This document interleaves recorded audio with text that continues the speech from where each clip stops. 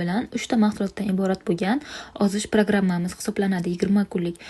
Korobkasini ochganinglardan kichkina kitobchamiz bor. Uning ichida nimalar mumkin, nimalar mumkin emas, polni tushuntirib berilgan hamda kalendari ham bor. Siz ichgan mahsulotlaringizni plus minus qilib borishingiz uchun. Birinchi etapi bu Dranifek, ikkinchisi Food Control, uchinchisi No Yo-Yo.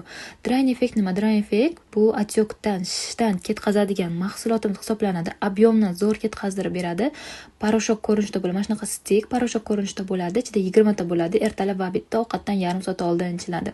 Keyingisi Food Control. Mana ertalab oq ko'kidan 2 ta ichiladi, kechki ko'k to'zidan 2 ta ichiladi. Keyingisi No Yo-Yo. Bu